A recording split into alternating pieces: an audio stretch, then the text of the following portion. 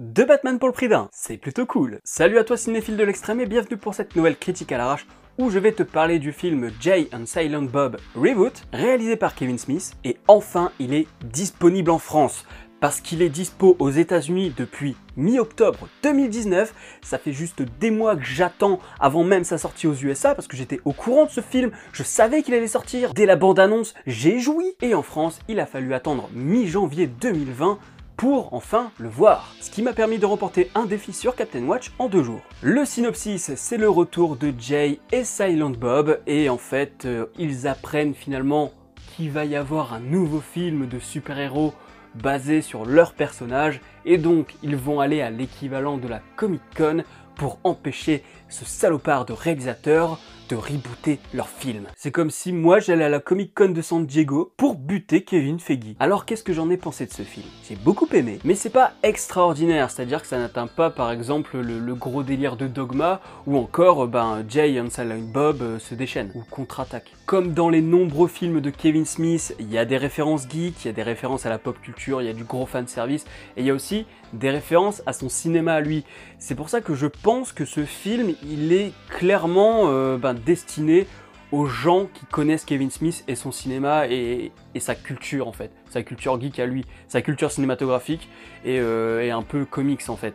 Si tu connais pas bien Kevin Smith, c'est un peu compliqué de te mettre dedans, mais c'est pas étonnant en fait, notamment par rapport à la notion de reboot et remake dans ce film, parce que c'est vrai que c'est toujours assez compliqué de différencier reboot de remake.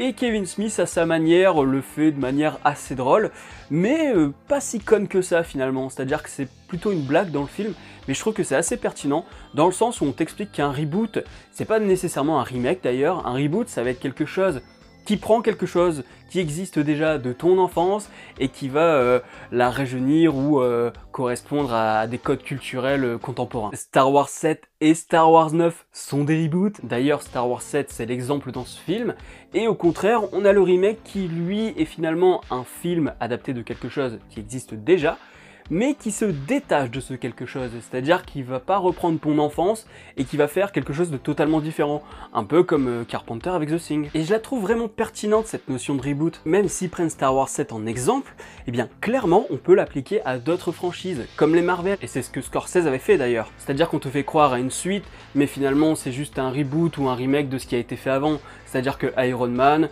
bon, c'est un scientifique un peu prétentieux.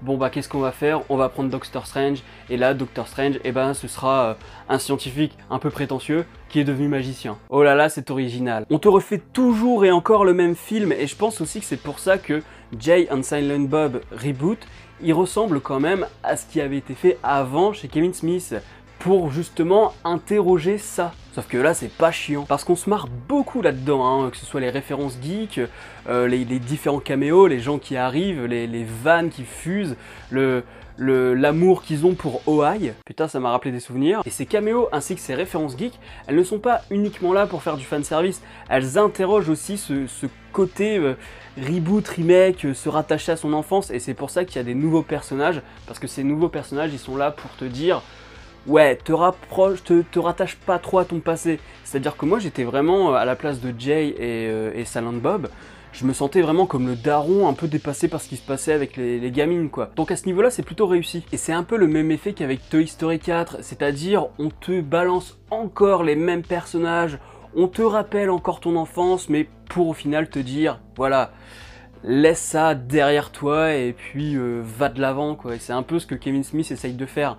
Donc je pense pas qu'il y ait un prochain film avec les deux personnages, ou alors sinon c'est vraiment qu'il est très con sur le coup. D'ailleurs en parlant de con, il a beaucoup d'autodérision. Parce que oui, il s'auto-référence à foison, mais alors, dans le genre, je fais des films de merde, j'assume que mes films ne sont pas rentables, j'assume que personne ne connaisse mes films, parce que en dehors de Clerks, Dogma, Top Cops, qui était pas terrible avec Bruce Willis, d'ailleurs il le dit lui-même, et le film sur Jay and Silent Bob. Oui, depuis tout à l'heure, Jay and Silent Bob, j'ai du mal à le dire. Et bien en dehors de ces 2-3 films, on ne connaît pas vraiment sa filmo, et il en joue beaucoup, ou alors il explique justement que le film avec Bruce Willis c'est de la merde, et je trouve que le fait que ce soit ses propres personnages qui viennent essayer de l'empêcher de faire le film, je trouve qu'il y a il y a une certaine autocritique, quoi. Surtout que Kevin Smith, c'est pas nécessairement le plus adoré des créateurs. Il y en a qui l'adorent, il y en a qui le détestent. Le Commis des comics, par exemple, je sais qu'il aime pas beaucoup ce qu'il a fait sur Batman. Moi, je peux pas juger, j'ai pas lu ce qu'il a fait dessus. Et puisque je parle de DC Comics, eh bien, je suis content de voir que l'actrice de Supergirl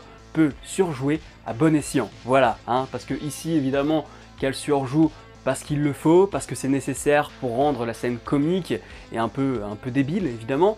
Sauf que dans Supergirl, c'est fait de manière sérieuse, et donc là, ça ne va pas du tout, hein. Donc j'ai un avis un tout petit peu moins négatif sur cette actrice. En fait, ce film, c'est un gros kiff parce que c'est un concentré de pop culture. Voilà, c'est un concentré de pop culture, mais qui n'est pas là en mode « Eh, t'as vu, fanservice, fanservice, fanservice !» Non, c'est plutôt, voilà, une critique, justement, du geek.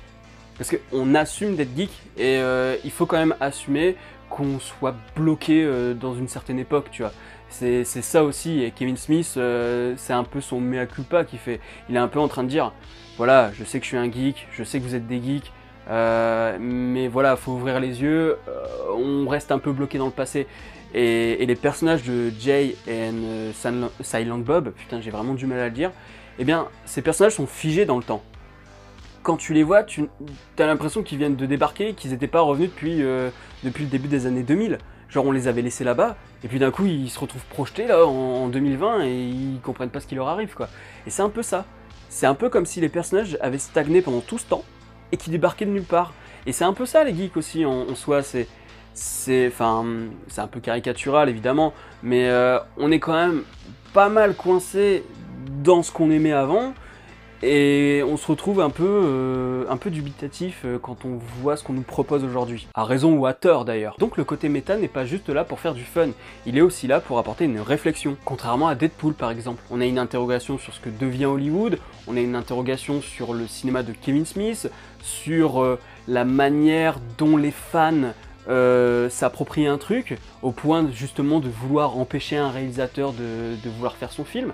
Et il y a aussi ce côté fanatique, parce que il y a un mec qui est fan de Marvel, et honnêtement, quand il dit qu'il jouit plus devant un Marvel que devant du porno, je pense qu'il y en a beaucoup, notamment sur Twitter, qui sont à ce niveau-là, hein, c'est pas une caricature. C'est la première fois qu'un fanboy de ce niveau m'a fait rire. Non, parce que d'habitude, ces mecs-là, je les déteste, mais genre très très fort. Après, niveau réel, c'est pas exceptionnel, voilà, c'est assez académique, ça fait bien le taf, mais c'est pas ce qui est le plus important là-dedans, je pense plutôt que c'est le discours, l'humour, les guests, le condensé de pop culture comme ça qui est là, ambiant, le fait que Kevin Smith se fout de sa propre gueule, se fout de la gueule des studios, se fout de la gueule de Marvel, et le petit caméo de Stanley post-credits. Donc si j'ai une note à lui donner sur Captain Watch, ce sera très bon. Très bon parce que j'ai kiffé, vraiment j'ai beaucoup aimé. C'est pas extraordinaire en termes de réal, c'est moins bon que ce qu'il a fait comme par exemple avec Dogma. Dogma vraiment c'est le film à voir. Et peut-être Clerks, mais comme je l'ai pas encore vu, je ne peux pas vous dire. Oui, j'ai pas encore vu Clerks, pardon. C'est un film drôle, intelligent, débile aussi, hein, ça c'est clair, hein, il faut pas se le cacher. Et puis bah voilà, la VF est plutôt bonne. Je l'ai d'abord regardé en VO et puis parfois j'ai essayé de switcher pour voir un peu ce que ça donnait en VF, et la VF, bah, c'est la VF d'origine, c'est la VF qu'on avait sur les autres films. C'est tout pour cette critique, si elle t'a plu, n'hésite pas à mettre un petit pouce bleu, à la partager sur les réseaux sociaux. Je t'invite à me rejoindre sur Captain Watch, dessus tu pourras voir mes notes, ce que j'ai envie de voir, tu peux me lancer des défis, et voir mes pitchs de films et séries.